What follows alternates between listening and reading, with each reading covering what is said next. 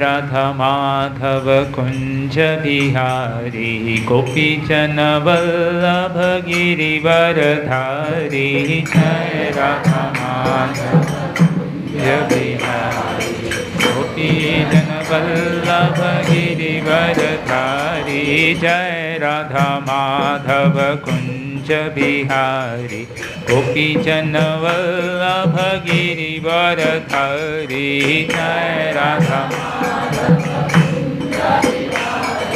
गोपीजन वल्लभ गिरिवरधारी यशोदानंदन व्रज जन रंजन यमुना तीरवनचारी यशोदानंदन व्रज जन रंजनचारी यशोदानंदन व्रज जन रंजन यमुना तीरवनचारी यशोदानंदन तीरवनचारी जय राधा माधव कुंज बिहारी गोपीजन वल्लभ गिरिवरधारी राधा माधव गोपीजन गिरिवरधारी यशोदानंदन व्रज जन रंजन यमुना तीरवनचारी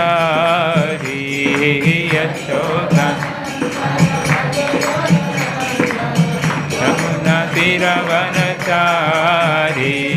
जय राधा माधव कुंज बिहारी गोपीजन वल्लभ गिरिवरधारी जय राधा माधव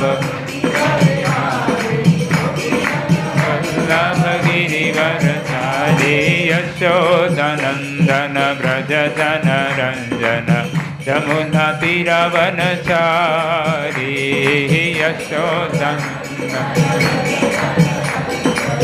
यमुना तीरवनचारी जय राधा माधव कुंज बिहारी गोपीजन वल्लभ गिरिवरधारी जय राधा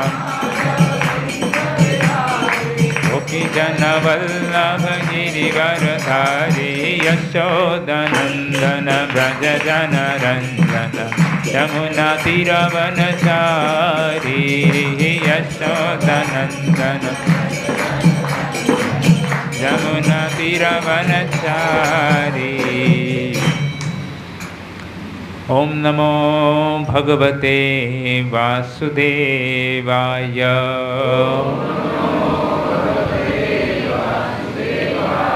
ओम नमो भगवते वासुदेवाय।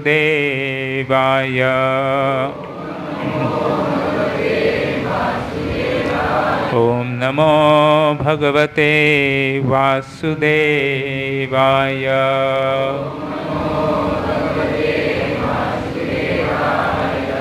ओम अज्ञानतिमिरन्धस्य ज्ञानाञ्जनशलाकया चक्षुरुन्मिलितं येन तस्मै श्रीगुरुवे नमः। श्रीचैतन्यमनोभीष्टं स्थापितं येन भूतले स्वयं रूप कदा मह्यं ददाति स्वपदान्तिकं। वन्देऽहं श्रीगुरुः श्रीयुतपदकमलं श्रीगुरून् वैष्णवांश्च। श्रीरूपं साग्रजातान् सहगना रघुनाथान्वितं तं सजीवं साद्वैतं सावधूतं परिजनसहितं कृष्णचैतन्यदेवं श्रीराधा कृष्णपादान् सहगना ललिता श्रीविशाखान्वितांश्च। हे कृष्ण करुणा सिन्धु दीनबन्धु जगत्पते गोपेश गोपिकान्त राधाकान्त नमस्तुते। तप्त कांचन गौरांगी राधे वृंदावनेश्वरी वृषभानुसुते देवी प्रणमामि हरिप्रिये वाञ्छाकल्पतरुभ्यश्च कृपा सिन्धुभ्य एव च पतितानां पावनेभ्यो वैष्णवेभ्यो नमो नमः। नमः ओं विष्णुपदाय कृष्णप्रेष्ठाय भूतले श्रीमते भक्तिवेदांत स्वामिन् इति नामिने। नमस्ते सरस्वती देवे गौरवाणी प्रचारिणे निर्विशेष शून्यवादी पाश्चात्य देशतारिणे। जय श्री कृष्ण चैतन्य प्रभु नित्यानंद श्री अद्वैत गदाधर श्रीवास आदि गौर भक्त वृंदा। हरे कृष्णा कृष्णा कृष्णा हरे हरे, हरे राम राम राम हरे हरे। मूकं करोति वाचालं पंगुं लंघयते गिरिं यत्कृपातमहं वन्दे श्रीगुरुदीनतारिणम्।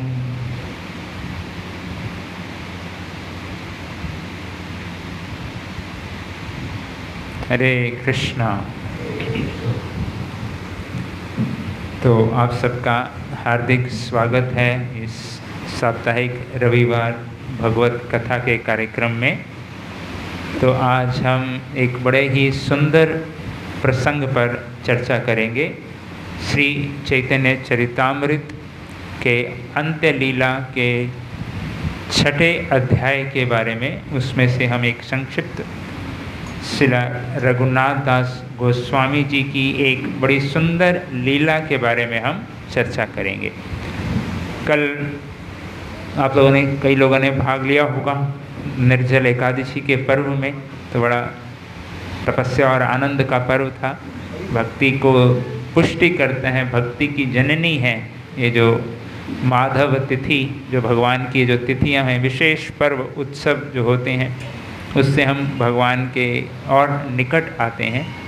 और कल यानी सोमवार को हमारे वैष्णव कैलेंडर के अनुसार एक और बड़ा सुंदर पर्व है जिसका नाम है दही चीड़ा महोत्सव। तो हम संक्षिप्त में उसके बारे में चर्चा करेंगे। श्रील रघुनाथ दास गोस्वामी 6 गोस्वामियों में से एक, यहाँ पर आप चित्र देख रहे हैं, इनमें से एक गोस्वामी हमारे संप्रदाय के प्रयोजन आचार्य, उनसे संबंधित ये घटना है। प्राय हमारे मतलब अधिकांश तो जो भी हमारे वैष्णव कैलेंडर है उसमें या तो किसी महानुभाव, किसी महान संत का या भगवान का आविर्भाव या तिरोभाव के बारे में चर्चा है। नहीं, शायद ये अकेला उत्सव है जिसका नाम ही प्रसाद से रखा है, दही चीड़ा महोत्सव। नहीं, और कोई है ऐसा पर्व? नहीं, जो एक इवेंट के एक जो घटनाक्रम हुआ उसके ऊपर उस पर्व का नाम रखा गया है। नहीं, ऐसा कोई और है प्रभु? नहीं, और कौन सा है? हाँ, अन्नकूट महोत्सव। यस, हाँ, वो भी गोवर्धन लीला के आधार पर, और वो भी अन्नकूट प्रसाद के ऊपर है। हाँ, बट ये तो बिल्कुल एकदम प्रसाद में भी बिल्कुल एकदम स्पेसिफिक दही चीड़ा महोत्सव करके प्रसिद्ध है। तो अभी प्रसाद कथा के बाद सबको, मैं अभी गया था किचन में पीछे देखने, सबके लिए बड़ा भगवान को भोग लगा के जो है दही चीड़ा का प्रसाद भी सब भक्तों को प्राप्त होगा।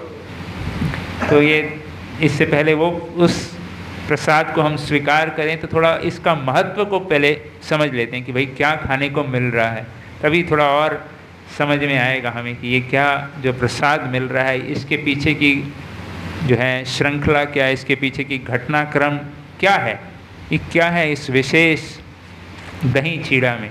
नहीं तो वैसे देखा है तो चिवड़ा तो सबसे, आई थिंक सब धान इत्यादि में देखा है तो चिवड़ा सबसे सस्ता ही होगा। नहीं तो ऐसा सुदामा के पोहे बोलते हैं ना, है ना, याद है आप सबको कि सुदामा जी जब गए थे कृष्ण को मिलने के लिए तो पोहा लेकर गए थे, और वो उनके पास तो एक्चुअली घर में भी वो भी नहीं था, वो सब पड़ोसियों से मांग कर लेके गए थे। 4 घरों से इकट्ठा करके उनकी पत्नी जो सुदामा जी की पत्नी थी सुशीला जी, उन्होंने दिया था। वो 4 अलग अलग घरों से लाकर दिया था, वो भी अलग अलग था। तो उस प्रकार से वो तो यानी तो पोहा को, चिवड़ा को थोड़ा सा एकदम सादा भोजन माना गया है। यदि पहले ज़माने में भी जब भिक्षाटन के लिए भी जब लोग जाते थे, भिक्षा के लिए जाते थे, यहाँ तो कुरमुरा देते थे, यहाँ चिवड़ा दे देते थे। घर में जो भी चिवड़ा पड़ा होता था, चलो ठीक है भैया, ये भिक्षा के लिए आए हैं, मधुकरी के लिए आए हैं साधु जी, तो इनको चिवड़ा दे दो।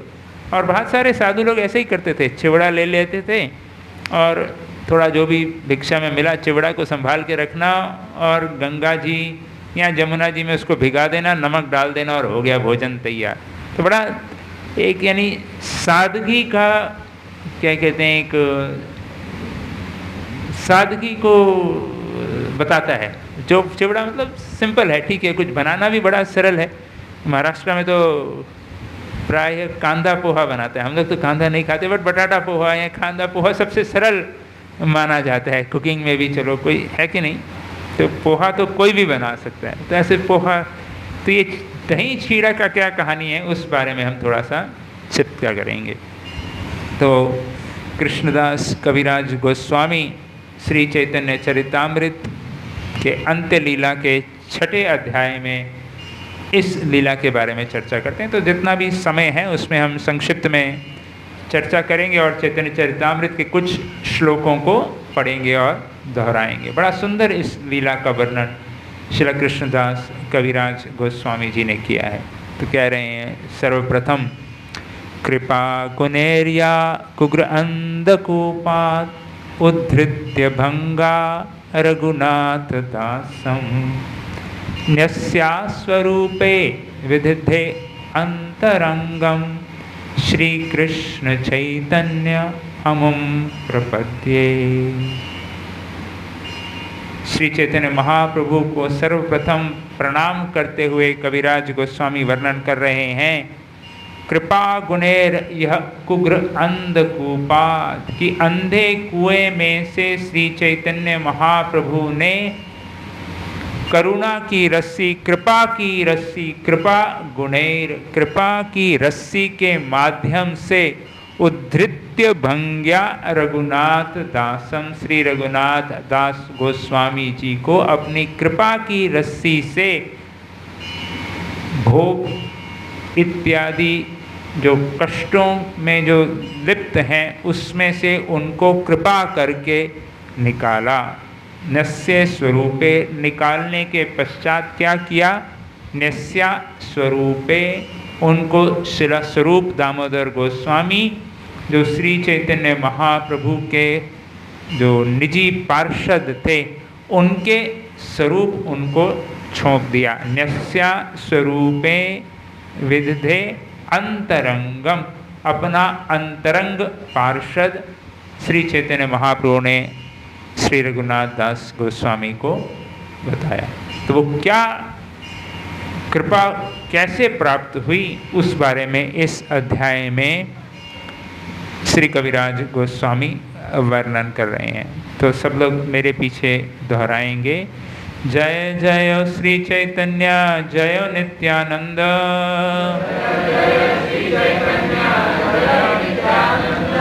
जय अद्वैत चंद्र जय गौर भक्त वृंद,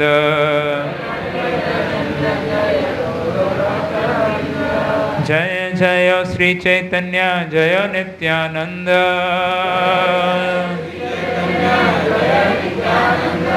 जय अद्वैत चंद्र जय गौर भक्त वृंद,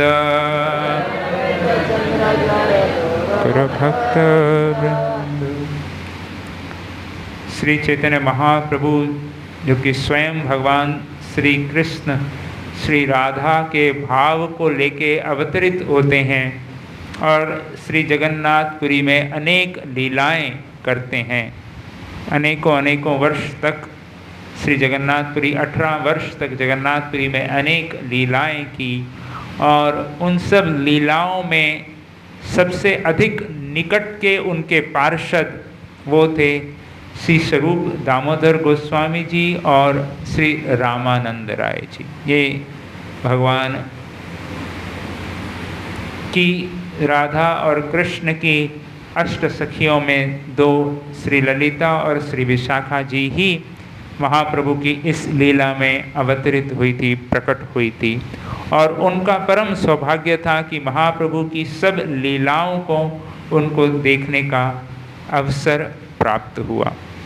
तो जिस प्रकार से भगवान श्री कृष्ण की लीला में श्री राधा रानी की सहायक के रूप में श्री ललिता और विशाखा जी उनकी सहायता करती थी, उसी प्रकार से वही श्री ललिता, श्री विशाखा और सुबल सखा श्री चैतन्य महाप्रभु जब भी विरह वेदना का तीव्र अनुभव करते थे, खासकर रात्रि के समय, तो श्री स्वरूप दामोदर गोस्वामी अपने गीत के द्वारा उनके हृदय को जो है शांत किया करते थे। तो बड़ा परम सौभाग्य है इन दोनों महान संतों का, श्री स्वरूप दामोदर गोस्वामी और श्री रामानंद राय जी का। तो श्री रघुनाथ दास गोस्वामी जिनकी इस लीला के बारे में हम चर्चा कर रहे हैं, बहुत ही उनका जन्म समकालीन श्री चैतन्य महाप्रभु के समकालीन अराउंड 1486 के आसपास ही उन्हीं कुछ वर्ष में हुआ था।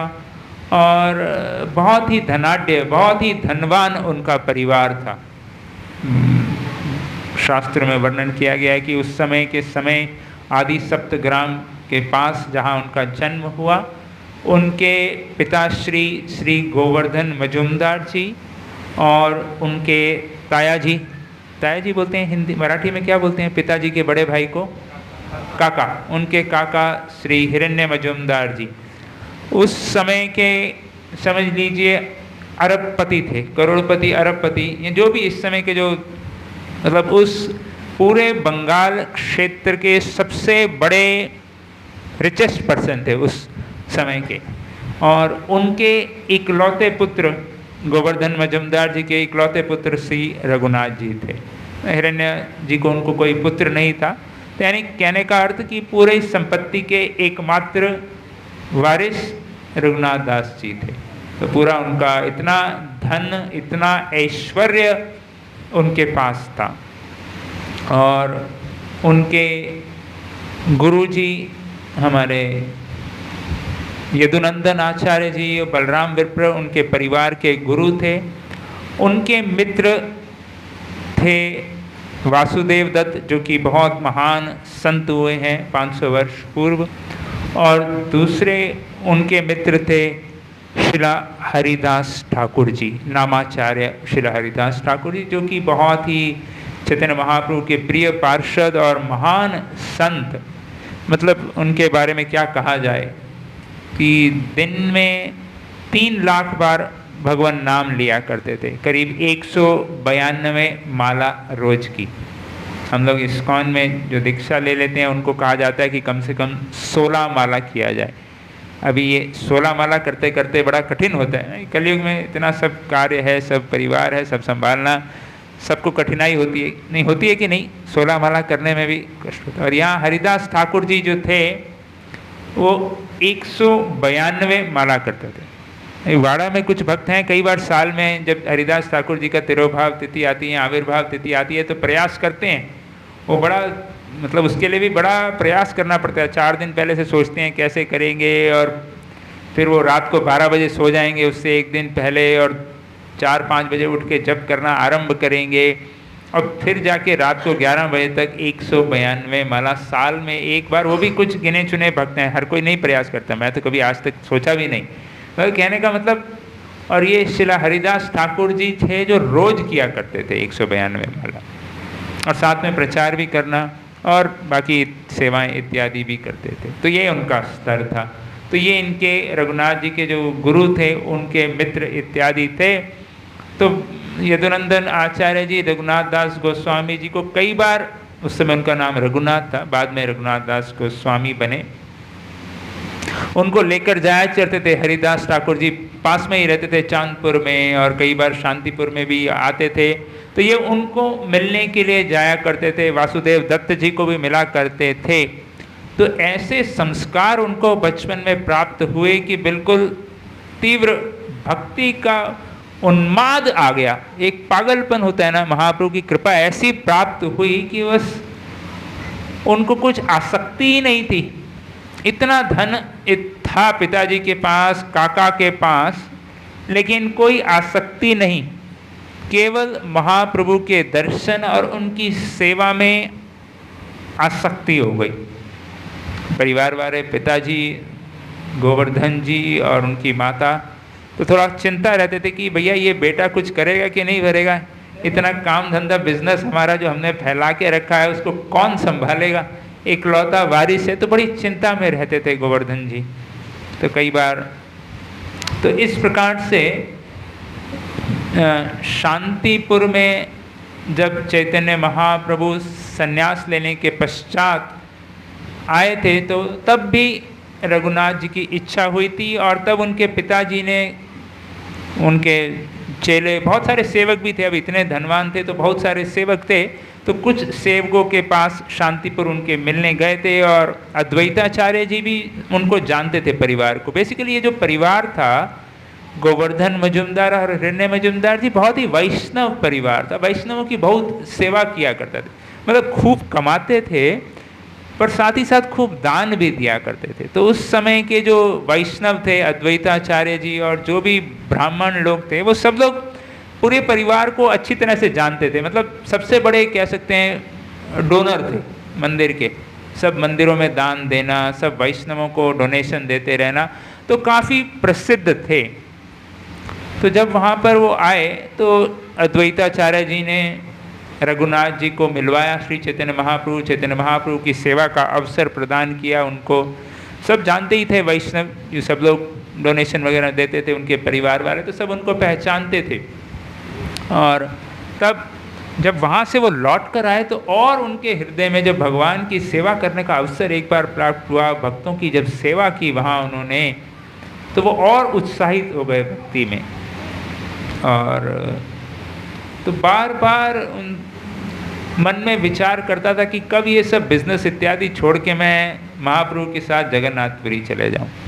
तो इस प्रकार के मन में विचार आते थे, लेकिन उनके माता पिता रोक दिए, विवाह इत्यादि कर दिया कि भैया शायद शादी कर देते हैं, शायद अभी बोलते हैं ना, कई बार होता है परिवार में, बोलते हैं कि चलो शादी कर देते हैं, जिम्मेदारी पड़ेगी तो सुधर जाएगा, है कि नहीं। तो वैसे ही उनके परिवार वालों ने कहा कि भाई शायद शादी कर देते हैं, जिम्मेदारी आएगी तो शायद सुधर जाए, लेकिन कोई परिवर्तन नहीं। तो फिर बड़े चिंतित थे, और परिवार वाले चिंता कर रहे थे, और ये बार बार इच्छा कर रहे थे कि मैं जाना चाहता हूँ, मैं जगन्नाथपुरी में जाके सेटल होना चाहता हूँ, यहाँ से छोड़ के पूरा काम धंधा छोड़ के मैं वहाँ चला जाऊँगा। तो इस प्रकार से मन में उनकी धारणाएँ आती थी। और जब महाप्रभु से मिलने, फिर से जब महाप्रभु वृंदावन जाने के लिए जब गए जगन्नाथपुरी से, तो शांतिपुर लौट कर आए, और शांतिपुर में फिर इन्होंने पिताजी को कहा कि भाई पुरी तो आप मुझे नहीं जाने देते, अभी महाप्रभु शांतिपुर में, कृपया वहाँ जाने दीजिए। तो बोले ठीक है, जाओ, 2-4 गार्ड इत्यादि को भेजा, सिक्योरिटी वालों को भेजा कि भाई आप जाइए इनके साथ और इनको लेकर आइए। तो वहाँ महाप्रभु की सेवा की, महाप्रभु से मिले, और तब महाप्रभु ने कहा कि भाई मरकट वैराग्य छोड़ो और ठीक से काम धंधा संभालो, और जब सही समय आएगा आप सब त्याग करके मेरे पास आ जाइएगा।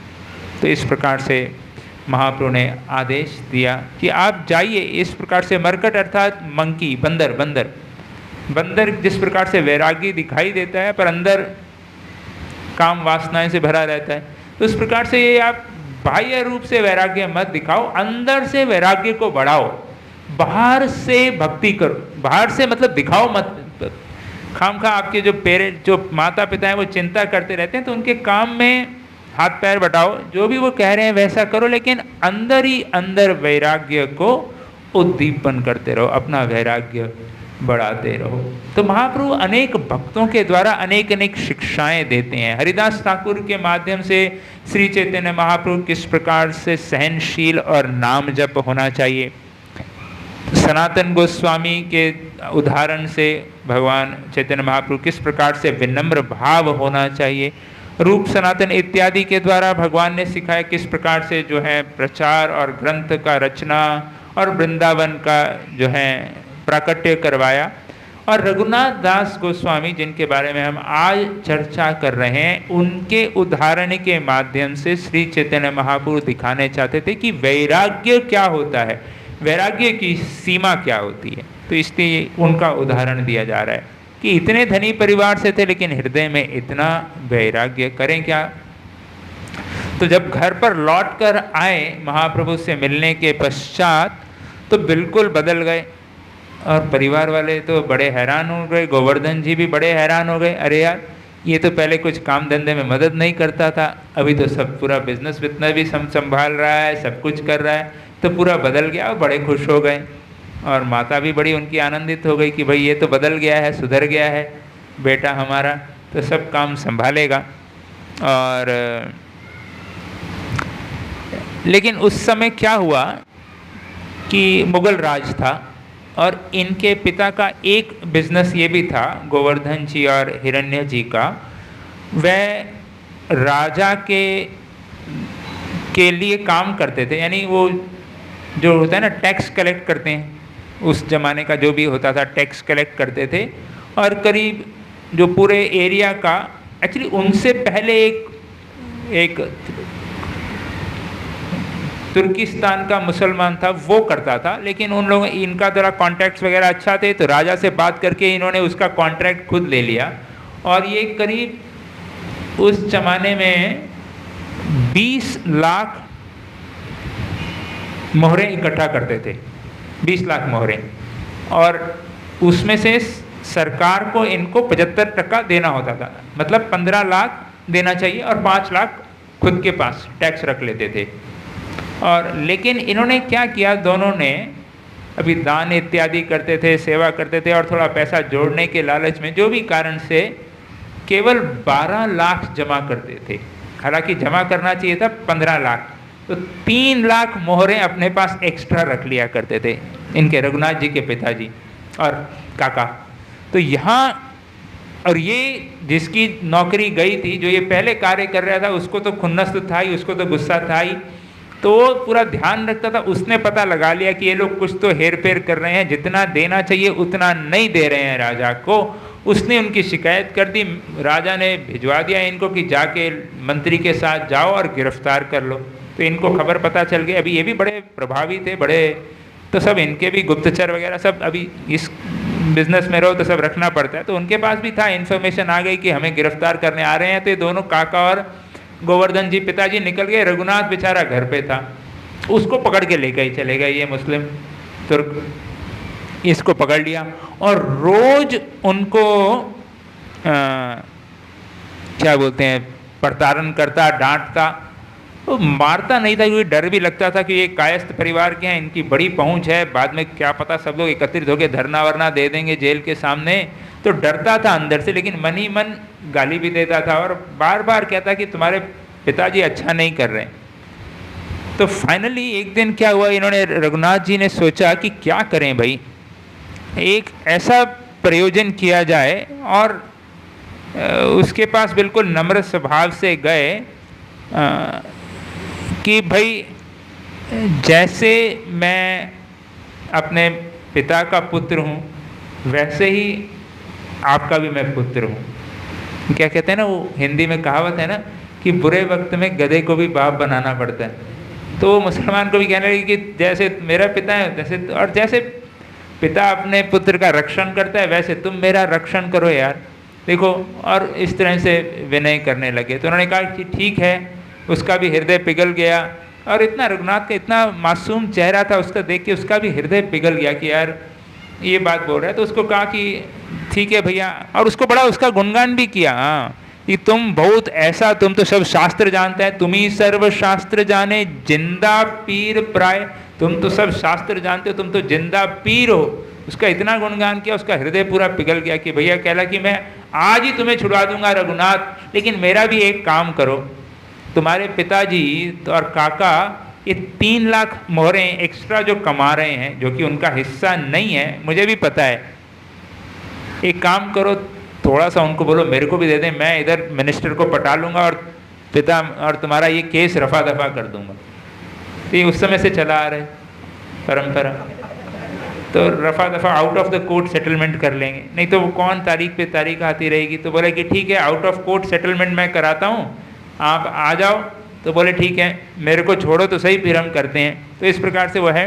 तो ये लीला क्यों बताई जा रही है कि रघुनाथ जी बहुत बुद्धिमान थे और बिजनेस सेंस भी था उनको। ऐसा नहीं था कि जो वैराग्य लेने जा रहे हैं, ऐसा नहीं कि उनको कुछ काम धंधा आता नहीं था इसलिए वैराग्य ले लिया। नहीं, कई बार ऐसा होता है, लोगों को मन में आता है कि भैया इनको कुछ करना आता नहीं था, कुछ काम धंधा नहीं मिला इसलिए वैराग्य लेके बैठ गए। नहीं हो, ऐसा मन में धारणा, स्वाभाविक धारणा आती है। मैं भी जब मंदिर में आया था, हम लोग चलो आज ब्रह्मचारी हैं, वैराग्य नहीं है उस तरह का, लेकिन जब आश्रम में आए थे तो कई बार लोगों ने पूछा था, लगता है कुछ नौकरी वोकरी नहीं मिला, धंधा पानी नहीं मिला, लगता है पढ़ाई में फेल हो गए थे क्या आप? आधे लोग तो पहले यही पूछते थे, डिग्री पूरा किया है? मैंने हाँ पूरा करके आया हूँ। पढ़ाई किया है? मैं हाँ किया है। बोले लगता है नौकरी नहीं मिले इसलिए ऐसा आ गए क्या? मेरा ऐसी बात नहीं है, नौकरी करके आया हूँ। तो फिर ये रघुनाथ जी का भी देखो ना, ये ऐसा नहीं कि ऐसा माता पिता का जो बिजनेस संभाल नहीं सकते, पूरा बिजनेस संभालने में पूरा एकदम सक्षम है। देखो ना, काका और पिताजी तो भाग गए थे, बचाया किसने? रघुनाथ ने। नहीं तो बड़ी कठिनाई होती, ढूंढ तो लेते ही उनको भी, रघुनाथ के पिता को भी और उनका काका को ढूंढ लेते और वो लोग जेल में रहते, लेकिन इसने बचा लिया रघुनाथ जी ने। तो इस प्रकार से ये बचा लिया। लेकिन ये जब हो गया तब भी उनको लगा कि भैया मैंने मेरा जिम्मेदारी कर ली, लगता है अभी जो भी पिता इनका हेल्प करनी थी कर दिया, अभी मेरा समय आ गया है, मुझे जाना है। तो ये ऐसा होने लग गया।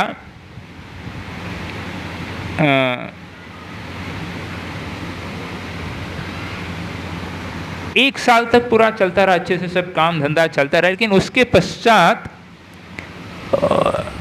उनके मन में बहुत तीव्र इच्छा हुई कि, और वो घर के छोड़ के भाग जाते थे, रात को चले जाते थे, पिताजी पीछे पीछे जाते थे पकड़ने के लिए।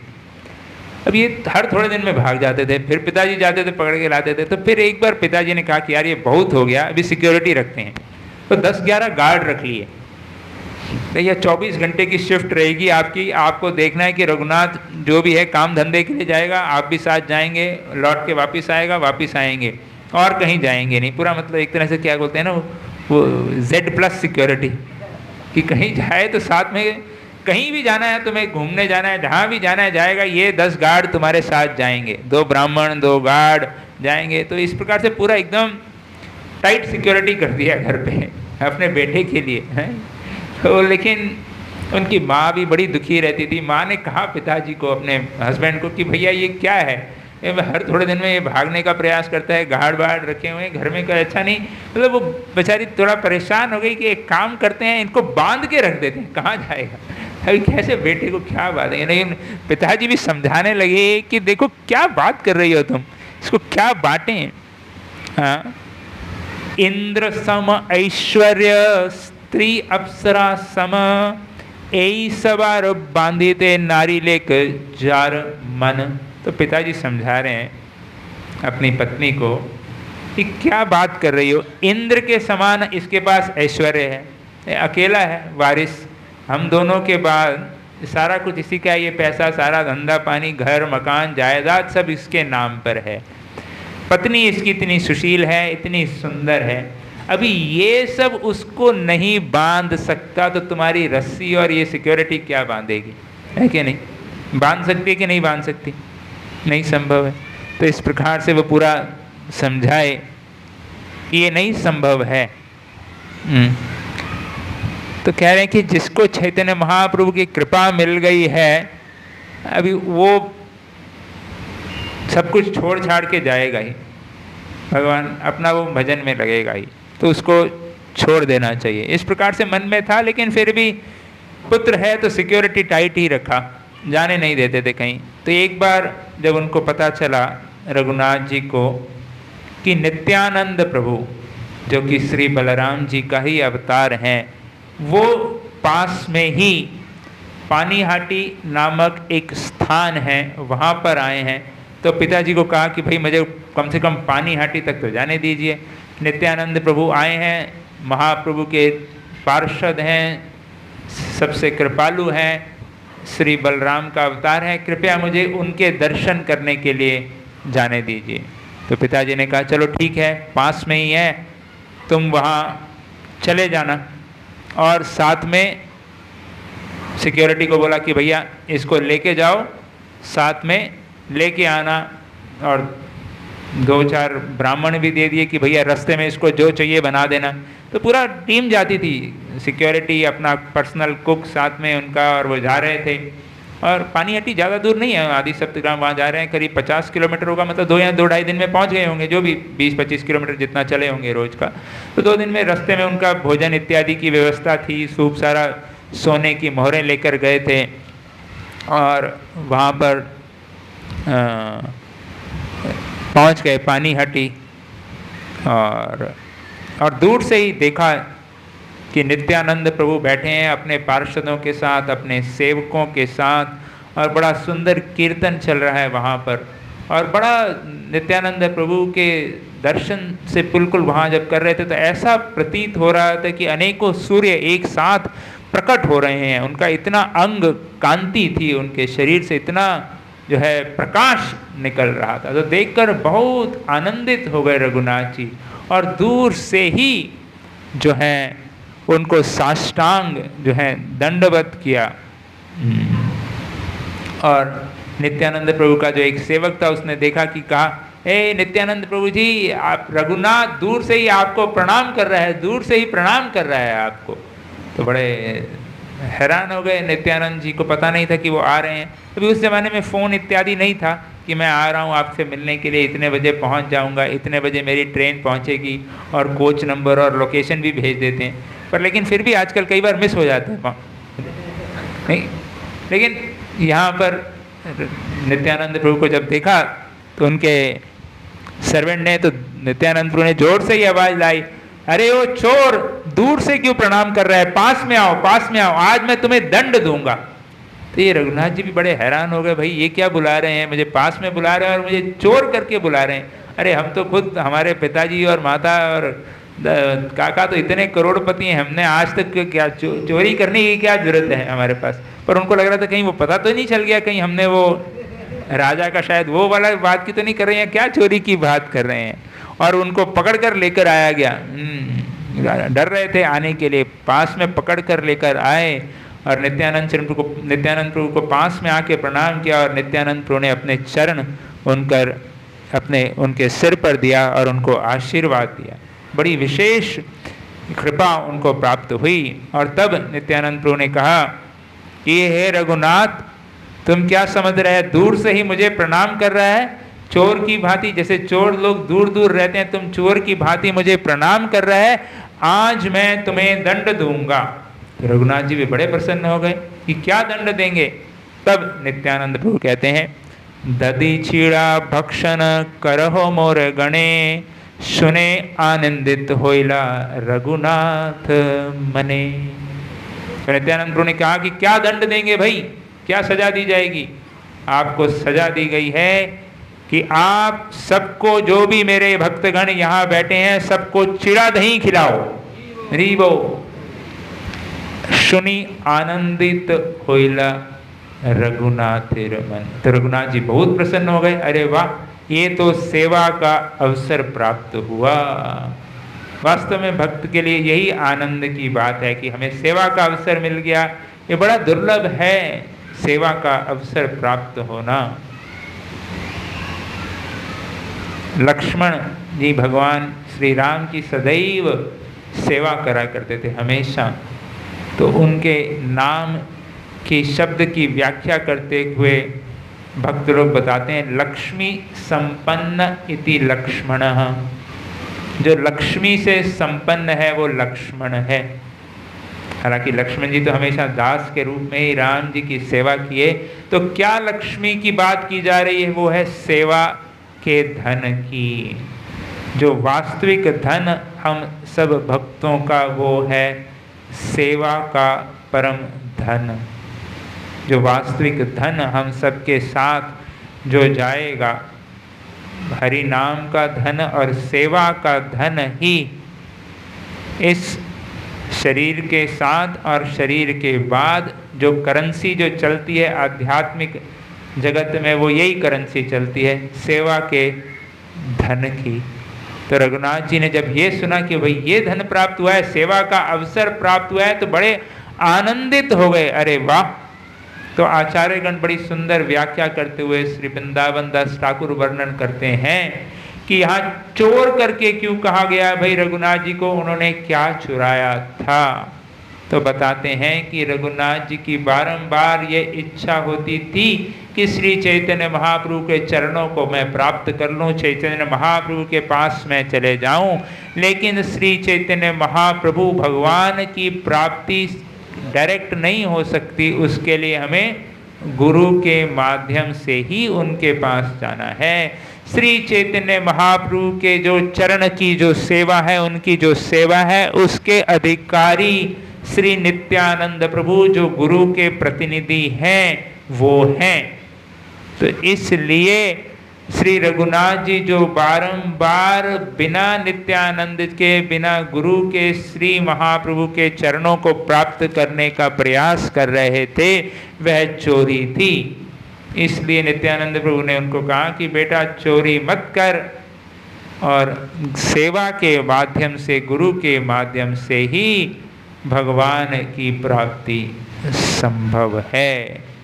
तब रघुनाथ जी ने जो अपने साथ इतने सारे गार्ड थे उनको बोला सिक्योरिटी वगैरह भागो यहाँ से, जो भी पैसा दिया आप लोग सब जाओ और गांव में जाइए, जो भी खाने का मिलता है सब लेके आ जाओ, दही, दूध, चीड़ा, संदेश, केला, आम, जो भी है सब लेकर आ जाओ, जो भी खाने पीने का गांव में मिलता है सब लेके आओ। पिताजी ने खूब सारी सोने की मोहरें तो दी थी, तो ये अच्छा मौका था।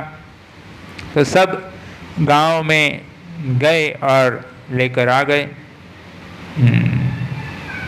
और जैसे ये खबर फैल गई कि भाई यहाँ पर तो कुछ महोत्सव मनाया जाने वाला है, चीड़ा दही का महोत्सव मनाने वाले हैं, बड़ा सुंदर पर्व मनाने वाले हैं, महोत्सव मना रहे हैं, तो सब जो भी ब्राह्मण लोग थे, जो भी सज्जन लोग थे, जब वैष्णवों को, जो बाकी डिवोटीज जो नहीं थे उस समय कीर्तन में, उनको भी पता चला कि भाई प्रसाद वितरण होने वाला है, तो सब आ गए वहाँ पर और भीड़ बढ़ गई, भीड़ बढ़ गई।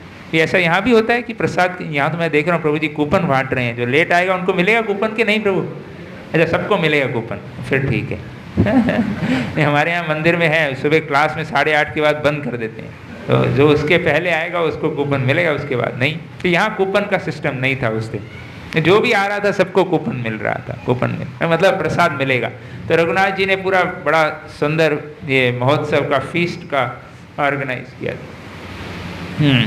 तो सब ब्राह्मण लोग, जो भी सज्जन थे, जो भी थे, और जैसे ही रघुनाथ जी ने देखा कि भाई ये तो पूरा क्राउड बढ़ता जा रहा है, तो वापस भेजा उनको कि भैया एक काम करो, आप आसपास के गांव में भी जो भी है वहाँ पर भी जितना दूध, छीड़ा, दही, केला, आम इत्यादि है, कर्पूर, घी, सब लेके आ जाओ भैया। आसपास के गांवों से भी सब मंगाना शुरू कर दिया। तो इस प्रकार से बड़ा जो है, और फिर बनाने के लिए बड़े बड़े मटके लेकर आ गए, इतने बड़े बड़े विशाल मटके। और 2 ब्राह्मण आए थे, उनको बोला कि भैया आप तब तक दूध उबालना शुरू करो, छीड़ा को दूध में भिगाओ और दही लेके आओ और चीनी लेकर आओ। और इस प्रकार से जो है सब लोग काम में लग गए, सब सेवा में लग गए। उनके जितने भी सिक्योरिटी गार्ड थे उनको भी सब सेवा का अवसर पा। ये भक्त के साथ रहने का फायदा है। नहीं, भक्त के घर में कुछ सेवा मिल जाए वो भी बड़ा लाभ है। भक्त के घर में काम करने का भी अवसर मिल जाए तो उनको भी लाभ हो जाता है, उनको भी इनडायरेक्ट सेवा करने को मिल जाता है। तो वो सब भी सेवा में लग गए। महाप्रभु तो कहा करते थे कि श्रीवास ठाकुर जो भी तुम्हारा सेवा कर रहा है, जो भी तुम्हारे घर में सेवा करता है, उनके घर में जो दासी थी दुखी, उसको भी बड़ी विशेष कृपा प्राप्त की। उनके जो एक मुसलमान टेलर था, दर्जी था, कपड़े सिलता था श्रीवास का, महाप्रभु कहते इसको भी विशेष कृपा प्राप्त की। तो भक्त के साथ जुड़ने में लाभ है, भक्तों के साथ संबंध जोड़ना चाहिए। भगवान उनको बड़े प्रेम करते हैं भक्तों को, और उनसे जो जुड़ जाता है उनको भी प्रेम करते हैं। ये भगवान का है भाई भाव। भगवान के भक्त, भगवान अपने भक्तों को प्रेम करते हैं, और जो उनसे जुड़ जाता है उनको भी भगवान विशेष प्रेम करते हैं। तो यहाँ पर देखो वो जो बेचारे नॉर्मल सिक्योरिटी गार्ड थे, अपनी ड्यूटी में लगे हुए थे, लेकिन वहाँ पर भी उनको भी सेवा का अवसर मिल गया। तो खूब सारा जो है सामान लेके आया गया, और 2 प्रकार के, अभी कहा था दही चिड़ा, लेकिन अभी रघुनाथ जी हैं तो थोड़ा सा पैसा है तो थोड़ा दूध चिड़ा भी बनाया, दही चिड़ा भी बनाया, और विशाल जो है पहले पोहा को दूध में भिगाया गया, फिर उसके बाद उसको निकाल के उसमें 2 भाग किए गए। एक जो है कंडेंस्ड मिल्क में डाला गया, उसमें बनाया गया, और दूसरा दही। कंडेंस्ड मिल्क में जो है एक विशेष प्रकार का केला, चंपा केला, बंगाल में अलग अलग प्रकार के केले मिलते हैं, वो एक विशेष केला, कर्पूर, घी इत्यादि डाला गया, चीनी डाली गई, और दही में भी केला, चिवड़ा, चीनी और बाकी संदेश इत्यादि भी फल, जो भी मिठाइयाँ थी वो भी डाल दी उसमें। यहाँ पर भी मैं देखा प्रभु जी ने बड़ा मेहनत करके दही चीड़ा में गुलाब जामुन भी डाला है। मैं तो मैं पहली बार देखा है गुलाब जामुन, बड़ा अच्छा विचार है नहीं? गुलाब जामुन, संदेश इत्यादि, बंगाल में संदेश डालते थे, यहाँ गुलाब जामुन डाला जा रहा है। तो बड़ा अच्छा भक्तों ने बनाया गया है। तो आप सबका एक्साइटमेंट बढ़ा रहे हैं चिड़ा दही का। तो इस प्रकार से जब देखा, और तो 7 बड़े बड़े मटकों में बनाया गया, यहाँ 2 बड़ी बड़ी बाल्टियों में बनाया गया है, तो सबके लिए है। और वहाँ पर बांटने की व्यवस्था की गई, और 20 लोग को निर्धारित किया कि भाई आप लोग बांटिए। और नित्यानंद प्रभु के बहुत भक्त थे, कुछ भक्तों के नाम दिए जो वहाँ पर उस समय थे नित्यानंद प्रभु के साथ। ये भक्तों के नाम लेना चाहिए, इसलिए मैं दोहराऊंगा, अच्छा लगता है। रामदास जी थे, सुंदरानंद जी थे, गदाधर जी थे, मुरारी जी थे, कमलाकर थे, सदाशिव थे, पुरंदर जी थे, धनंजय जी थे, जगदीश जी थे, परमेश्वर दास जी थे, महेश जी थे, गौरीदास जी आए थे, होड़ कृष्णदास जी, और बाकी सब भक्त भी थे। तो बहुत सारे जो हैं, नित्यानंद प्रभु एक वृक्ष के नीचे, चबूतरा था, गंगा जी के तट की बात है, वहाँ पर बैठे हुए थे, और सबको जो हैं उद्धरंदर ठाकुर जी भी थे। और जब ये सुना, अभी वो धीरे धीरे खबर फैलती जाती है, किसी ने शायद अपनी स्टेटस में डाल दिया होगा, या जो भी किसी भी तरीके से पता चल गया होगा कि भाई दही चीड़ा का महोत्सव होने वाला है। तो देखो देख इतना भीड़ हो गया कि बड़े बड़े पंडित लोग जो थे वहाँ के, पानीहट्टी के आसपास के गांव वाले भी, वो सब भी आने लग गए, और नित्यानंद प्रभु स्वयं सबको हाथ जोड़ के स्वागत करते, बुलाते और अपने साथ चबूतरे में बिठाते। अभी वो इतना भर गया कि चबूतरे के पूरा स्थान भर गया, गुट बना के छोटे छोटे गुट में वो चबूतरे के आसपास सब लोग बैठने लग गए। लेकिन एक समय इतना हुआ कि आसपास के लोग भी आने लगे, इतना समय भर गया, कुछ लोग गंगा के किनारे बैठ गए, गंगा के तट पर बैठे हैं। अभी इस समय का ही महीना है तो काफ़ी भीड़ होगी, हालांकि पेड़ होंगे, बट फिर भी समझ लीजिए ये दोपहर की बात है, तो गंगा के तट पे भी धूप में भी लोग बैठ गए भाई प्रसाद के लिए, भंडारे की। ये आज भी वृंदावन में आप जाएंगे या कहीं भी जाएं, या कुंभ मेला में भी साधु लोगों को पता चल जाता है कहाँ भंडारा हो रहा है और कहाँ प्रसाद मिल रहा है, कैसे तो पहुँच जाते हैं। अब इस बार भी हम कुंभ मेला में गए थे तो बहुत सारे साधु हमारे इस्कॉन के अखाड़ा में आया करते थे। तो एक से हम बात कर रहे थे तो बोले कि आपके अखाड़ा में, हमारे यहाँ क्या कर रहे थे, जो भी साधु लोग आ रहे थे, इस बार का नहीं, मुझे पिछली बार का याद है, इस बार मैंने ध्यान नहीं दिया, हमारे यहाँ जो भी साधु आते थे, साधु को अलग बिठाते थे और प्रसाद खिलाते थे, और सबको 11-11 रुपये देते थे, मथुरा मोहन प्रभु बांटते थे। और कुछ भक्त थे, उनकी ये सेवा होती थी कि देखते थे साधु है, उसको 11 रुपये दिया जाता है। तो एक साधु बता रहे थे कि बोले कि हम लोग खाने के लिए आते हैं, बाकी सब जगह हमें 51 रुपये, 101 रुपये आप लोग देते, पैसा कम देते हैं, तो मैंने फिर आप यहाँ क्यों आते हैं? बोले लेकिन आपके जैसा प्रसाद कहीं और नहीं मिलता है। तो भंडारे में वो पूरा घुमा करते थे कुंभ मेला में, तो प्रसाद के लिए हमारे आएंगे, प्रदक्षिणा के लिए कहीं और जाया करेंगे। ऐसा तो ये सबको खबर पता चल जाती सब साधुओं की कि इस्कॉन का प्रसाद सबसे बढ़िया है, तो वहाँ आ जाया करते थे। तो यहाँ पर भी जब खबर फैल गई तो सब लोग आ गए, नित्यानंद प्रभु ने सबको बिठाया, और कुछ लोग तो वही घाट पे भी बैठ गए, और सबको 2-2 कुल्हड़ दिए गए, बड़े बड़े कुल्हड़ लाए थे जिसमें दही चीड़ा और दूध चीड़ा सबको दिया गया, एक द्रोण नहीं, कुल्हड़ बड़े बड़े, वो मिट्टी का कुल्हड़ होता है ना, वो बड़ा बड़े, ताकि सेकंड सर्व भी ना करना पड़े, बड़े बड़े कुल्हड़ दे दिए, भरपेट खिलाया सबको। और फिर एक समय तो इतना भीड़ हो गया वहाँ पर, अभी कुछ लोग तो कुल्हड़ लेके, अभी बोले खड़े बैठने की जगह, खड़े होने की भी जगह नहीं है, वो जाके गंगा जी में चले गए, और आधा तक इधर मतलब घुटनों तक गंगा जी में खड़े हैं और वहाँ पर बैठ के प्रसाद स्वीकार कर रहे हैं। इतना भीड़ वहाँ पर एकत्रित हो गया। वो कैसे खाए होंगे मुझे भी पता नहीं, वर्णन नहीं किया गया। वो नहीं, जो जमीन पे है वो तो चलो एक कुल्हड़ को रखेंगे, एक खाएंगे। अभी जिसके हाथ में दो दो कुल्हड़ हैं और गंगा जी में, वो कैसे खाए होंगे? पता नहीं, दो कुल्हड़ एक साथ पकड़े होंगे हाथ में, या ऐसा कुछ वर्णन तो किया नहीं, या फिर ऐसा पी रहे होंगे। जो भी होगा, ऐसा वर्णन नहीं किया गया है, बट अनुमान लगा सकते हैं कि शायद एक एक कुल्हड़ से ऐसा पी रहे होंगे, पहले दही है, जो भी करके सब आनंद से भगवान का नाम लेते लेते इस प्रकार से जो है महोत्सव मनाया जा रहा था वहाँ पर। और गंगा जी के तट में चले गए। हाँ, उसके बाद तो क्या होने लगे, जब सब खबर फैली तो आसपास के जो पंसारी थे, जो दुकानदार थे, वो अपनी दुकान का सब सामान लेके खुद ही आ गए। तो रघुनाथ जी ने कहा ठीक है भैया, उनके जो फाइनेंस वाला जो था उसको बोला कि सबका खरीद लो और उनको भी बिठा दो प्रसाद के लिए। तो वो लोग भी परिवार के साथ आके बैठ गए। तो जो दुकानदार आया, जिसके पास जो भी था, 5 किलो पोहा था, दही थी 4 किलो 10 किलो जो भी था, चीनी था, सब लेके आए। सबका जो भी है सब खरीद लो और बनाओ और उनको ही खिलाओ प्रसाद। इस तरह से करते करते और भीड़, कोई पेड़ के ऊपर चढ़ के बैठा है, अभी जगह ही नहीं, करें क्या? इस प्रकार से तो चारों तरफ लोग ही लोग दिखाई दे रहे थे, हाथ में कुल्हड़ देखे, दही चीड़ा और दूध चीड़ा का आस्वादन कर रहे थे। 20 लोग वहाँ पर बांट रहे थे। और उसी समय राघव पंडित जी भी आए और वो भी कुछ प्रसाद लेके आए और नित्यानंद प्रभु ने वो भी बंटवा दिया प्रसाद। और तो राघव पंडित जी कहने लगे कि नित्यानंद प्रभु, आज तो आप हमारे यहाँ घर पे आने वाले थे प्रसाद के लिए, लंच के लिए। हमने घर पे इतना कुछ भोग लगाया है ठाकुर जी को, आप वहाँ आने वाले थे और आप यहाँ ये क्या महोत्सव कर रहे हैं? तो नित्यानंद प्रभु का उस दिन लंच इनविटेशन था उनके घर पे, राघव पंडित जी के घर पे। राघव पंडित जी भी बड़े महान संत हैं, महाप्रभु के बहुत अच्छे भक्त।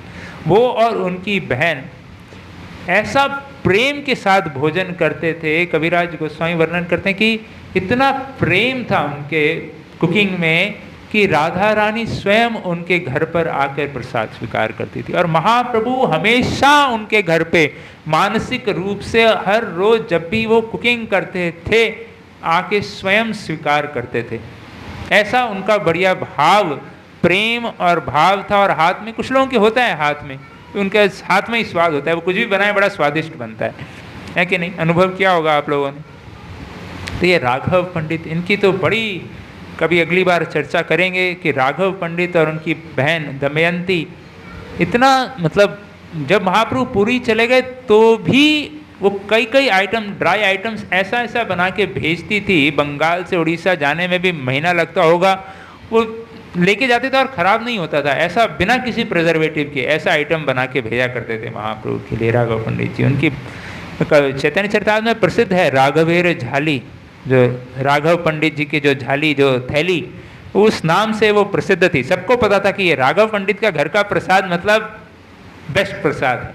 होता है कुछ लोगों का हाथ में होता है कि भाई इनके घर का प्रसाद जो होता है सबसे बेस्ट होता है, तो बड़ा प्रसिद्ध थे। तो नित्यानंद प्रभु कहते हैं कि भाई हम तो ग्वाल बाल हैं। उनको वो बलराम जी के भाव में थे कि मुझे तो नदी के तट पे, जमुना जी के तट पे ग्वाल बालों के अपने साथियों के साथ खाने में अच्छा लगता है। आप भी आओ, उनके हाथ में भी 2 कुल्हड़ दे दिए, आप भी दही चीड़ा दूध चीड़ा खाओ, आप भी यहीं पे प्रसाद दीजिए। और शाम को आपके घर पे डिनर, लंच को पोस्टपोन करके डिनर आपके घर पे करेंगे। अभी उन्होंने अपने घर पे कैसे बताया होगा पता नहीं, ये वर्णन नहीं है, बट जो भी है तो बुलाने के लिए आए थे और वहाँ पर पूरा उनको भी उधर ही बिठा लिया। और तब सब लोग जब वहाँ इंतज़ार कर रहे थे, अभी सबको बांटा गया है, सबने आरंभ नहीं किया है प्रसाद। और जब सब लोगों को बांट कर हो गया तब बड़ी सुंदर घटना होती है। बड़ा ध्यान से सुने, अभी बड़ा सुंदर प्रसंग है। सकल लोकेर छिड़ा पूर्ण जबे होइला, ध्याने तभे प्रभु महाप्रभुर अनिला। तो जब वह हो गया, सबको बांट कर चिड़ा, तब नित्यानंद प्रभु ने मन से प्रार्थना किया और श्री चैतन्य महाप्रभु को वहाँ बुलाया स्वीकार करने के लिए। तो श्री चैतन्य महाप्रभु वहाँ स्वयं प्रकट हो जाते हैं। और ये देखकर नित्यानंद प्रभु बड़े ही हर्षोल्लास में खड़े हो जाते हैं वहाँ पर, और जहाँ वो जो बड़े बड़े मटके रखे हैं उनमें से उठा के उनके मुख में डाल रहे हैं और उनको भी प्रसाद खिला रहे हैं और महाप्रभु उनको खिला रहे हैं। तो ये बात सब लोग नहीं देख पा रहे थे। कुछ चुनिंदा जो शुद्ध भक्त हैं भगवान श्री महाप्रभु नित्यानंद, यहाँ तो बहुत सारे लोग इकट्ठे हो गए थे, सब लोग देख नहीं पा रहे थे और सब बड़े हैरान थे नित्यानंद प्रभु कर क्या रहे हैं। सबके बीच में से जा रहे हैं और कभी किसी के मुंह में कुछ ऐसा लग रहा है कि कुछ कर रहे हैं हवा में, लेकिन किसी को दिखाई नहीं दे रहा है, लेकिन ये हो क्या रहा है। तो बड़ा आनंद का अनुभव कर रहे थे, सब बड़े खुश थे, सबके हाथ में प्रसाद था तो सब बड़े खुश थे। और ये इस प्रकार से जो है महाप्रभु को बिठाया, फिर नित्यानंद प्रभु ने उनको भी कुल्हड़ दिया और महाप्रभु ने भोग लगाया। तब नित्यानंद प्रभु ने कहा कि सब लोग जो है कृपया प्रसाद को स्वीकार करें और जोर जोर से भगवान का नाम का उच्चारण करिए।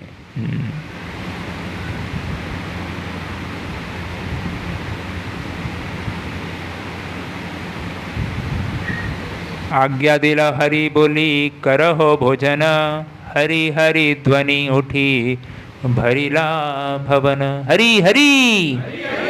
तो इस प्रकार से पूरा चारों तरफ हरि हरि हरि। नित्यानंद प्रभु ने कहा कि भाई हरि हरि बोल के सब भोजन को स्वीकार करिए। तब सब लोग दही चीड़ा को स्वीकार कर रहे हैं बड़े ही प्रेम से। तब सब महाप्रभु जब प्रसाद दे लिए, तब नित्यानंद प्रभु ने कहा महाप्रभु से कि हे महाप्रभु, इस रघुनाथ पर कृपया कृपा करिए, इसकी बड़ी तीव्र इच्छा है कि आपको शरणागत हो जाए, कृपया इससे अपना कृपा पात्र बनाइए, आशीर्वाद दीजिए। और ये महाप्रभु की कृपा से जो है रघुनाथ जी पर कृपा बरसी। बड़ा ये देखिए गुरु की कृपा से ही हम भगवान को प्राप्त कर सकते हैं। बड़ा सुंदर सिद्धांत यहाँ है। और गुरु का क्या कर्तव्य है? अपने शिष्य को सेवा में संलग्न करना, सेवा में लगाना। तो ये गुरु कृष्ण प्रसादे पाए भक्ति लता बीज, जो भक्ति का जो बीज है वो गुरु की कृपा से ही संभव है। और गुरु की कृपा कैसे मिलती है? वैष्णवों की सेवा करने से। तो ये बड़ा सिद्धांत सुंदर इस संबंध प्रसंग में आ रहा है। अभी यहाँ पर रघुनाथ जी अपनी समस्या क्या लेके गए थे? मन में उनके क्या समस्या थी कि कैसे मैं ये जेड सिक्योरिटी से बचकर जगन्नाथपुरी जाऊं, महाप्रभु को पूर्णतः सरेंडर कर सकूं, शरणागत हो सकूं। लेकिन नित्यानंद प्रभु ने हल क्या निकाला? ये नहीं बोला कि भाई ये गार्ड को दवाई दे देना, इनको सुला के तुम भाग जाना। नहीं, वे वैष्णवों की सेवा करो, अपने आप भगवत कृपा होगी, अपने आप भगवान साधन बनाएंगे कि आप पूर्णतः भगवान को शरणागत हो जाओगे। एक दृष्टिकोण से लगता है कि भाई नित्यानंद प्रभु ने तो कुछ सॉल्व ही नहीं की समस्या। रघुनाथ तो अपनी समस्या लेकर गए थे कि घर से कैसे भागूं, कैसे शरणागत हो जाऊं पूर्णतः, लेकिन हल तो कुछ और ही दे दिया, वैष्णवों की सेवा करने को बोल दिया और बोला ये करो। लेकिन हम आगे पढ़ेंगे किस प्रकार से वैष्णवों के आशीर्वाद से, श्री चैतन्य महाप्रभु के आशीर्वाद से, श्री नित्यानंद प्रभु के आशीर्वाद से यहाँ से लौटने के बाद ऐसा साधन अपने आप बन जाता है कि बड़ी सरलता से श्री रघुनाथ जी सब कुछ त्याग कर श्री जगन्नाथपुरी में भगवान श्री चैतन्य महाप्रभु की सेवा में अनुग्रह प्राप्त करते हैं। तो ये बड़ा सुंदर सिद्धांत है कि कई बार हमें लगेगा कि समस्या कुछ और है और गुरुजी उत्तर तो कुछ और ही दे रहे हैं। भाई हम तो समस्या लेके आए थे कि सिक्योरिटी हटाओ हमारी, और गुरुजी बोल रहे हैं वैष्णव को चीड़ा दही खिलाओ। ये दोनों में तो कोई संबंध ही नहीं है कि नहीं? लेकिन वो आध्यात्मिक दृष्टि से गुरु देख सकते हैं कि कैसे इसको कृपा प्राप्त हो।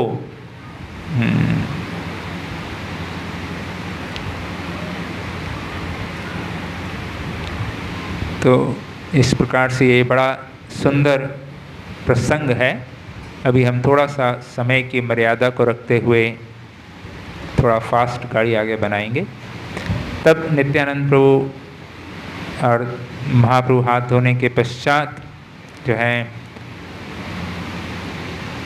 नित्यानंद प्रभु ने वो जो 4 कुल्हड़ थे जिसमें महाप्रभु और नित्यानंद प्रभु ने प्रसाद दिया था, वो रघुनाथ को दे दिया। महाप्रसाद, महाप्रभु का महाप्रसाद रघुनाथ जी को दिया और उन्होंने फिर स्वयं स्वीकार सबको बांटा। एक भक्त आए और उन्होंने नित्यानंद प्रभु को चंदन और माला अर्पण की और बचा हुआ चंदन, माला और पुष्प नित्यानंद प्रभु ने सब वरिष्ठ जो सीनियर डिवोटीज थे उनको दिया। इतना सब थे तो सबके लिए तो नहीं संभव था, जो भी सीनियर भक्तों थे उनको भी माला, चंदन, पुष्प आदि वहाँ पर दिया। और इस प्रकार से जो है यह सुंदर चीड़ा दही महोत्सव यहाँ पर समाप्त होता है। और फिर उसके पश्चात कुछ समय विश्राम करने के पश्चात नित्यानंद प्रभु, जो कि प्लान था उनका, वापस शाम का डिनर कहाँ लेने वाले थे नित्यानंद प्रभु? राघव पंडित जी के घर पे गए कीर्तन करते हुए। वहाँ बड़ा सुंदर कीर्तन हुआ, रघुनाथ जी ने भी उस कीर्तन में भाग लिया। तो बड़ा सुंदर, और उस नृत्य श्री नित्यानंद प्रभु नृत्य कर रहे थे। उस नृत्य में भी देखकर महाप्रभु, वहाँ शास्त्र में वर्णन है, कविराज गोस्वामी वर्णन करते कि जब भी नित्यानंद प्रभु नृत्य करते हैं तो श्री चैतन्य महाप्रभु उस नृत्य को देखने के लिए आते हैं। इतना प्रेम संकीर्तन, प्रेम से वो नृत्य करते हैं कि महाप्रभु उनके नृत्य को देखने के लिए आते हैं। तो ये है नित्यानंद प्रभु का प्रेम जो है संकीर्तन और उनका नृत्य। और नित्यानंद प्रभु और महाप्रभु दोनों नृत्य करते हैं और रघुनाथ और कुछ भक्त इस दृश्य को वहाँ पर देखकर आ पाते हैं। तत्पश्चात कुछ समय विश्राम करने के पश्चात नित्यानंद प्रभु को प्रसाद के लिए राघव पंडित जी ने बिठाया और बाद में महाप्रभु के लिए भी एक आसन लगाया और 2 थाली में बड़ा विशेष जो है प्रसाद जो है वहाँ पर उनको भोग लगाया गया। नाना प्रकार पीठा पायस, दिव्य शल्य अन्न, अमृत निंद ऐच्छे विविध व्यंजन। इतने सारे व्यंजन का जो है उन्होंने प्रसाद बनाए थे कि कविराज गोस्वामी कह रहे हैं अमृत निंदय, अमृत भी उसके समान बिल्कुल फीका पड़ रहा था। ऐसा भोजन जो है भोग लगाया था ठाकुर जी को। और महाप्रभु वहाँ पर आते हैं और कई बार महाप्रभु जब नहीं भी थे तो भी वो उनको भोग लगाते थे। तो कई बार महाप्रभु हर बार आते थे स्वीकार करने, कई बार दिखाई भी देता था राघव पंडित को कि महाप्रभु आके चले गए और हमारे प्रसाद को स्वीकार किया। और उसके पश्चात भी जो है नित्यानंद प्रभु ने रघुनाथ जी को महाप्रभु का जो है महाप्रसाद दिया। हालांकि सब लोग भक्त लोग बोल रहे थे कि रघुनाथ जी को भी साथ में ही बैठा देते हैं, नहीं, नित्यानंद प्रभु कहा नहीं, ये बाद में लेंगे, क्योंकि नित्यानंद प्रभु चाहते थे कि महाप्रभु का महाप्रसाद मिले। साथ में ले लेंगे तो फिर महाप्रभु उठ जाएंगे और वो पत्तल मिलेगा कि नहीं मिलेगा। तो नित्यानंद प्रभु ने वो पूरा पत्तल का पत्तल उठा के महाप्रभु का जो है महाप्रसाद का पत्तल श्री रघुनाथ जी को दिया और उसमें उन्होंने प्रसाद दिया। तो बड़ी ये 2 दिन में रघुनाथ जी को बहुत भक्तों की विशेष कृपा प्राप्त हुई। और फिर से राघव पंडित जी ने भी माल्यार्पण किया, चंदन लगाया, बड़ा सुंदर पूजा अर्पणा की और रघुनाथ जी का महाप्रसाद उन्होंने लिया।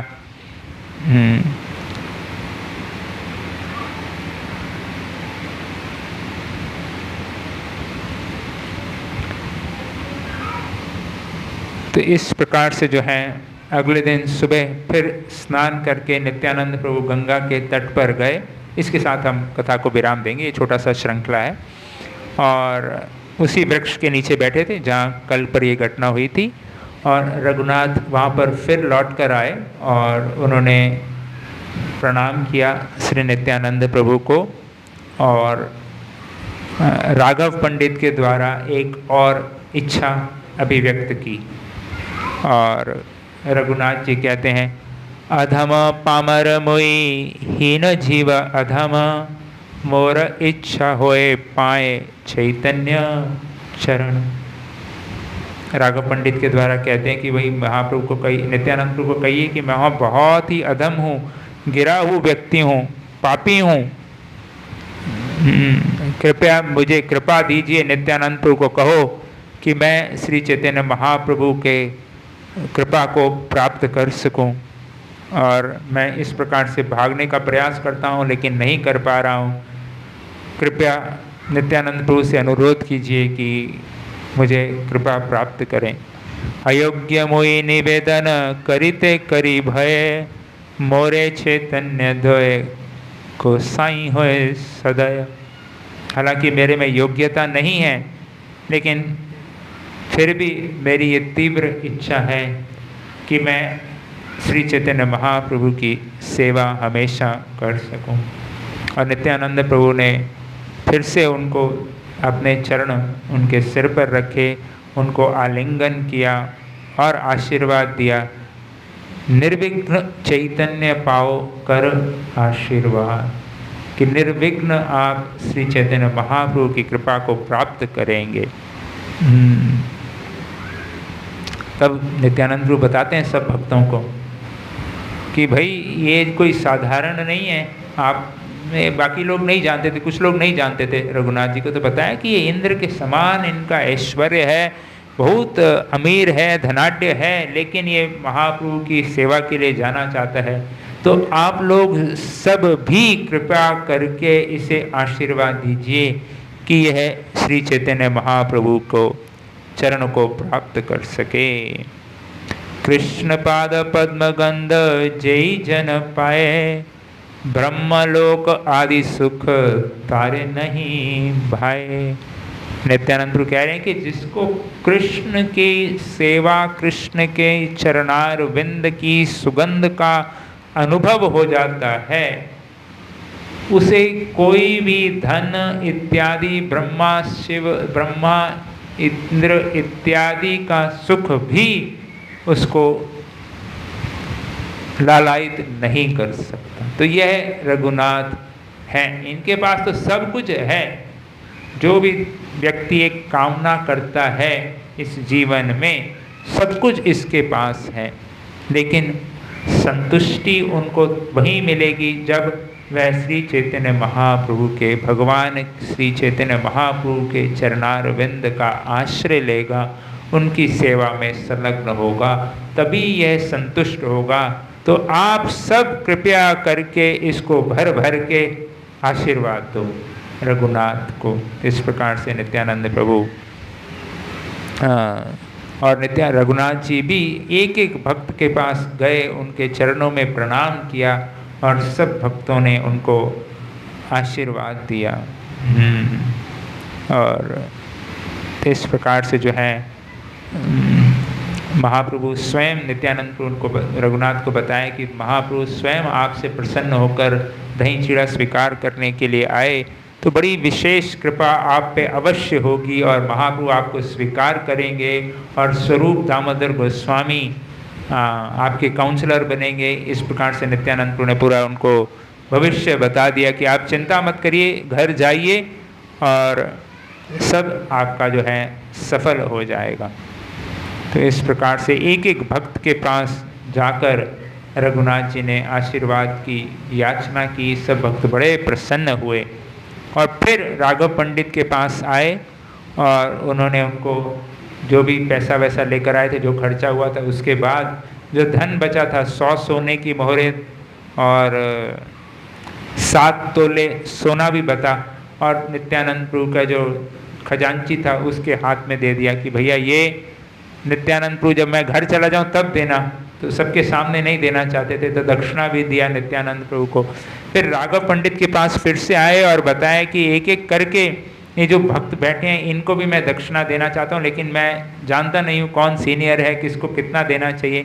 तो मतलब बड़ा व्यवहारिक में भी बुद्धिमान थे, और एक एक भक्त का नाम लिखवाया राघव पंडित जी से, इसको कितना दक्षिणा देनी चाहिए, इसको कितनी दक्षिणा दी। तो उस हिसाब से सब गिन के जो भी लक्ष्मी था सब बांट दिया कि भाई इसको 5 सोने की मोहरें दे देना मेरी तरफ से, इसको 2 सोने की मोहरें दे देना।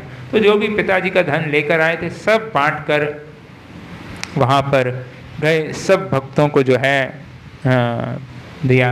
और फिर रघुनाथ जी को बहुत सारा रास्ते के लिए राघव पंडित जी ने प्रसाद दिया। और इस प्रकार से जो है पूरा लिस्ट बनाने के बाद वो गए और उनके लिए भी 100 सोने की मोहरें, और फिर राघव पंडित जी को प्रणाम किया उनके चरणों में। और फिर वहाँ से वह लौटकर अपने घर आए। और जब घर लौट कर आए तो उसके बाद उनका वैराग्य और तीव्र हो गया। और उसके पश्चात कुछ ही दिनों में ऐसा घटनाक्रम हुआ कि उनके गुरु यदुनंदन आचार्य जी के यहाँ पर जो पुजारी था वो सेवा करने से मना कर रहा था। तो वो यहाँ घर पर आए और रघुनाथ जी को कहा कि भाई आके समझाओ, हमारे पंडित जी भाग रहे हैं, सेवा छोड़ के जा रहे हैं, पंडित की शॉर्टेज है, तो आइए उनको समझाइए। तो ये अर्ली मॉर्निंग की बात है, तो सब सिक्योरिटी गार्ड सो रहे थे और गुरुजी के साथ जा रहे हैं। तो जो एक आध जाग भी रहा था, उन्होंने भी कोई रोका नहीं और वो चले गए। और यही मौका देख के रघुनाथ जी घर से चले जाते हैं और श्री चैतन्य महाप्रभु को आश्रित हो जाते हैं। हालांकि उनके पिताजी ने बहुत सारा सिक्योरिटी गार्ड भेजा, पीछे किया, लेकिन पिताजी भी बाद में समझ गए कि भाई यार इतना प्रयास कर लिया, अभी ये वापस आने वाला नहीं है। तो उसके लिए वहाँ पर जगन्नाथपुरी में बाद में धन दिया, तो वो भी थोड़ा देर स्वीकार किया, फिर बाद में वैराग्य को पूरा धारण कर लिया और महाप्रभु के अंतरंग पार्षदों में एक बन गए श्री रघुनाथ जी। महाप्रभु भी बड़ा आलिंगन किए और बड़ा उनका स्वागत किए जब जगन्नाथपुरी में पहुँचे, और उनको अपने निजी असिस्टेंट स्वरूप दामोदर गोस्वामी जी के अंडर उनको जो है कहा कि आप इनकी सेवा में रहो, इनके संरक्षण में रहो। तो ये बड़ा सुंदर भाव इस प्रसंग से स्पष्ट होता है कि भगवत प्राप्ति का मार्ग गुरु वैष्णव सेवा के माध्यम से ही है। हम भगवान को डायरेक्ट प्राप्त नहीं कर सकते। गुरु और वैष्णवों की आज्ञा, शास्त्रों के अध्ययन के माध्यम से ही हम भगवान को प्राप्त कर सकते हैं। यह इस प्रसंग का सारांश है। कल के दिन यह उत्सव हुआ जिसको हम आज मना रहे हैं क्योंकि रविवार होने के कारण। तो आज हम श्रीला रघुनाथ दास गोस्वामी जो हमारे प्रयोजन आचार्य हैं, जो हमें सिखाते हैं हमारा लक्ष्य क्या है, उन्होंने अनेक ग्रंथ की भी रचना की। चैतन्य चरितामृत जो हम पढ़ रहे हैं, इसमें लिखने में भी कविराज गोस्वामी जो लेक्चर अटेंड करते थे वो इन्हीं का लेक्चर सुन के जो है उन्होंने लिखा है। तो बड़ी महान हमारे इस संप्रदाय में उनका योगदान है श्री रघुनाथ दास। और वैराग्य की मूर्ति, ऐसा वैराग्य कि हम विचार भी नहीं कर सकते। ऐसे एक तरह से राजा के ही पुत्र थे समझ सकते हैं हम। 20 लाख तो मतलब कितना 15 लाख मोहरें सोने की रोज हर महीने की सैलरी, और वो सब परित्याग करके जगन्नाथपुरी में भिक्षाटन करके और जो भी खराब चावल फेंक दिया जाता था उसको धोकर खाया करते थे। ऐसा वैराग्य की सीमा, चरम सीमा को उन्होंने प्राप्त किया और सदैव नम्रता पूर्वक भगवान नाम और सेवा में संलग्न रहते 2400 घंटे। ऐसा उनका जीवन रहा है। महाप्रभु जाने के पश्चात श्री राधा कुंड में भी स्थान, राधा कुंड के भी पुनरुत्थान में उनका योगदान रहा और महान सेवाएं उन्होंने की।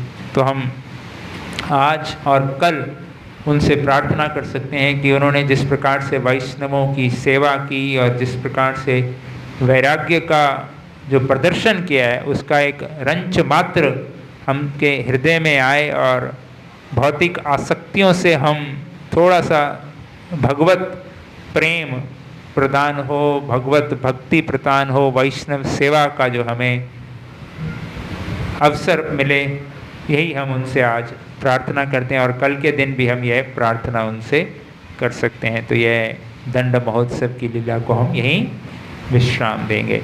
श्री रघुनाथ दास गोस्वामी की, श्री नित्यानंद प्रभु की, श्री गौरांग महाप्रभु की, हिज डिवाइन ग्रेस एसी भक्ति वेदांत स्वामी श्री प्रभुपाद की। प्रभुपाद जी की कृपा से ये दंड महोत्सव आज विश्व के सब कोने कोने में मनाया जा रहा है।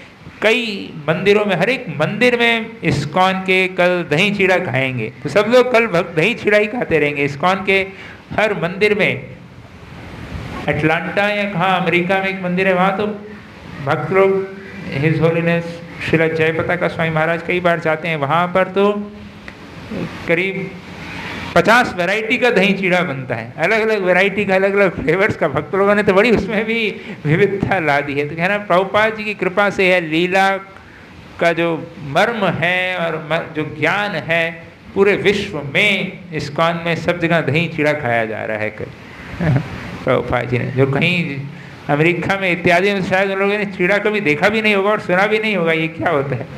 चावल इत्यादि उनको पता नहीं है, तो चीड़ा और दही चीड़ा तो शायद कभी सोचा भी नहीं होगा, नहीं दही चीड़ा क्या होता है। वो प्रभुपाद जी की कृपा से वहाँ पर दही चीड़ा सब खा रहे हैं और इस लीला का स्मरण कर रहे हैं और वैराग्य के बारे में चर्चा कर रहे हैं। तो प्रभुपाद जी की कृपा है हम सब पर। तो आप सबका भी बहुत बहुत धन्यवाद, बड़े ध्यानपूर्वक श्रवण किए। और प्रभु जी अभी अनाउंसमेंट और कीर्तन और उसके बाद सबके लिए दही चीड़ा का प्रसाद भी है, दाल चावल सब्जी भी है, चिंता मत करिए और विशेष दही चीड़ा का भी थोड़ा थोड़ा सबको प्रसाद मिलेगा। हरे कृष्ण।